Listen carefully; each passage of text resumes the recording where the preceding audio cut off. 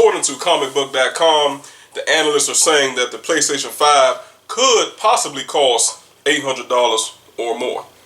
Let's get into it.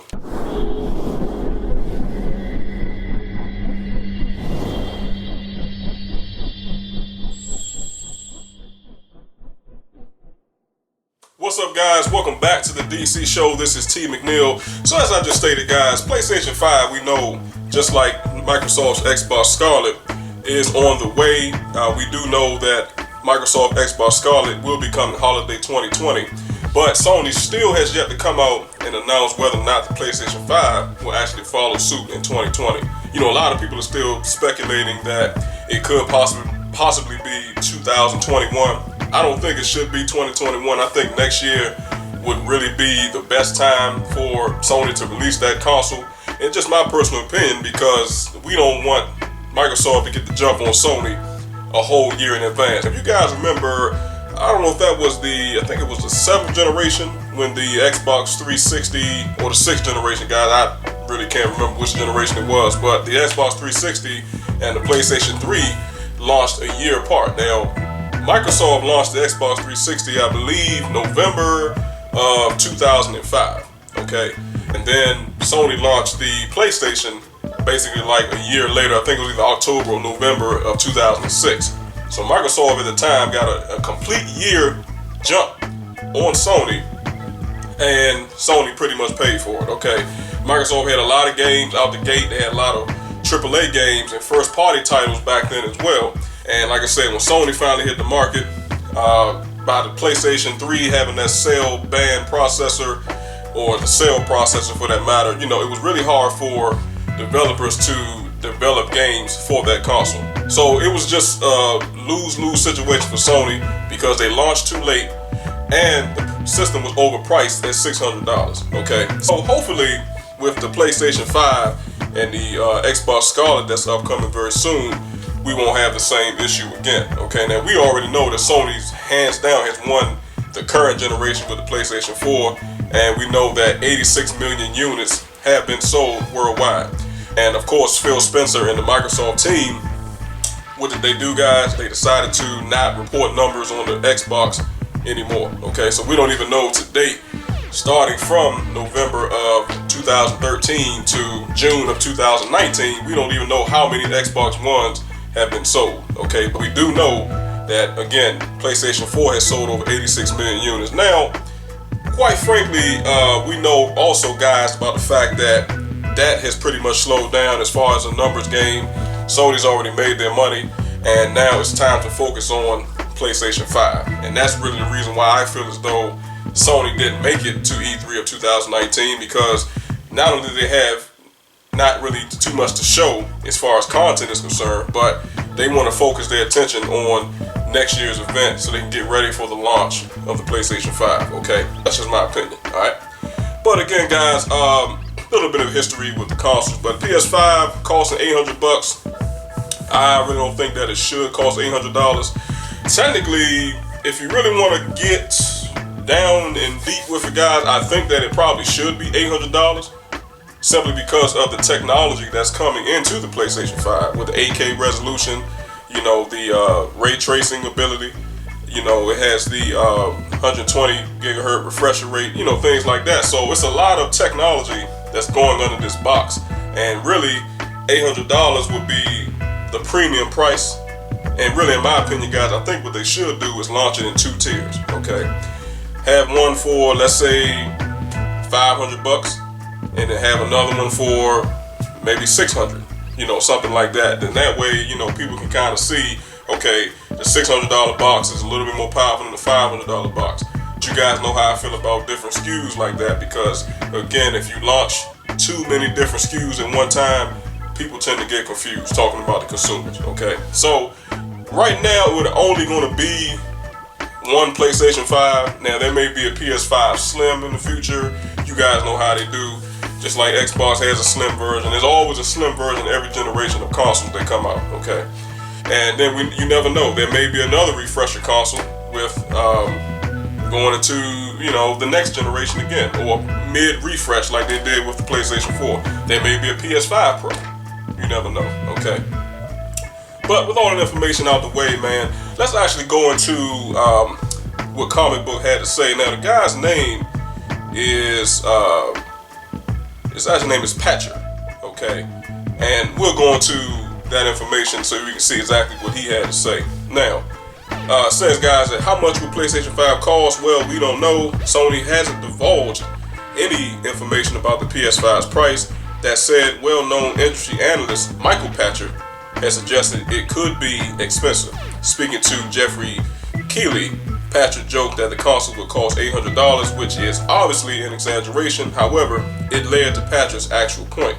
He doesn't know how Sony will come in with the price point between $300 and $400. Patcher argues that if you look at the system specs, as I just mentioned, there's no way it could come in at $300 to $400 range. Of course, Sony could eat a ton of cost up from in order to get in this range, but that could potentially be a lot to eat just to push units out of the door. Lastly, that said, Patcher notes that if Sony does charge $600 or more like it did with the PlayStation 3, it could be in serious trouble. Further, the analyst also said Sony skipping E3 is an error, though show data suggests otherwise, okay? So, a lot of the points that I made, Michael Patcher is also saying the same thing. You know, I don't really think that the console should be $300 to $400. It has to be more than that, okay? We can't have it like the current generation because of, again, the technical specs of the 8K resolution, you know, the ray tracing ability, the solid state drive, guys, which is going to vastly improve loading times. And actually, according to Sony, this loading times on the console may even cease to exist. There may not even be loading times anymore, okay? Or if it is, it's going to be extremely fast, okay? So I'm excited about that ability alone, okay? And I hope that that option is all that it's supposed to be, okay? So it's a lot of different, like I said, updated chips, the GPUs, the CPUs, a lot of different specs is going into this console. So it can't be $300 to $400. It's going to have to be probably in that $450 to $500 range, okay? Maybe even $550. And the thing is, guys, also, you know, we don't even know what Microsoft's new console is going to cost, okay? Now, we know the Xbox One OG was $500, but will the Xbox Scarlet be $500? That remains to be seen. So it's going to be very interesting to see exactly how, you know, Sony and Microsoft is going to actually price these consoles out, okay? Now, the thing is, I want to get you guys' opinion on it. You know, do you think that the console is going to be worth $800? We know realistically, again, that that number is going to cease to exist because that's going to scare a hell of a lot of people away. And obviously, you know, we don't want that, okay? But I want to get you guys' opinion on that. Like I said, I think it should be around that $500 range. And just let me know down below, guys, how personally excited you are for the upcoming PlayStation 5. Or are you going to stick with Microsoft and see what kind of guns they're going to come out the gate blazing with? Alright? I want to get you guys those opinions on that. And I want to read one last quote for you guys. Now it says that, now obviously there's a bit of tongue-in-cheek here.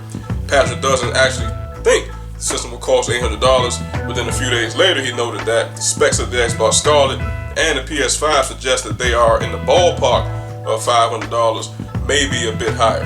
However, he expects both will eat some cost up front in order to get under $400. So again, guys, you know, this is all speculation, it's all talk. We all just have to keep our fingers crossed, keep our eyes and ears peeled, and just wait and see what Sony and Microsoft are going to do, especially when it comes to the price point. Now, we know that holiday 2020, 9 times out of 10, if Microsoft sticks to history with their console launch, especially their more recent ones with Xbox 360 and the Xbox One and One X, things like that, it should launch in November. Okay, maybe like the 13th or 15th, something like that, if history repeats itself. Now, Sony, on the other hand, could launch in November as well. They may try to get the jump on them and launch maybe in October, you know, something like that. But I think both consoles are definitely going to be on the market by holiday 2020. So by the time Christmas of 2020 come, both consoles should be on the shelves, ready for the consumers to eat it up. Alright? But again, it all depends on how they price this thing and how these two consoles are going to be marketed. That's very important as well. We all know how that turned out with the current gen with the Xbox One. always have to be online and have to always sign in and be connected to the internet, and Microsoft really made a huge mistake with that. And then they had the whole gimmicky situation with the console where you were able to not only play games, but you can actually DVR certain content and using it as a cable box, and having 2-screen ability and playing a game on one screen, and watching the movie on the other screen. It was too gimmicky. Okay, so now Microsoft had to go back to the drawing board and rectify that problem. Okay, so again, just keep it locked to the DC show, guys, and of course more information over time is going to come available. When it does become available, you guys will be the first to know. Alright, also guys, make sure that you like and share this content. I would definitely appreciate that. Also, if you enjoy the content, make sure that you smack the hell out of that subscribe button. And finally, do not forget to tap the bell symbol. That way you receive notifications when the DC show puts up new, or in some cases, updated content. So I appreciate you guys watching and listening and tuning in. Until the next time, have a good one.